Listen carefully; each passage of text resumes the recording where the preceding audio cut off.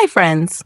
Welcome back to my channel. In today's video, I'm going to show you how to change the lock screen clock style on Samsung Galaxy A05. If you're new here, don't forget to subscribe and give this video a thumbs up. Now let's dive in. Step 1. First, unlock your phone and open the Settings application. This is where you can find various customization options for your device, including display settings, security settings, and accessibility features.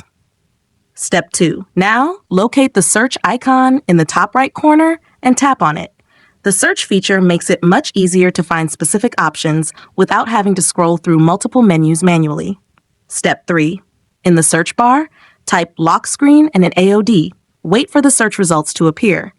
This option helps you adjust lock screen and display settings. Step 4. After performing the search, find lock screen and AOD and tap on it, then select the Edit Lock Screen option. Step 5. For the last and most important step, locate the clock style and tap it. Choose your preferred clock design from the available options. Once you've made your selection, tap Done to apply the changes. Your lock screen clock style will be updated instantly.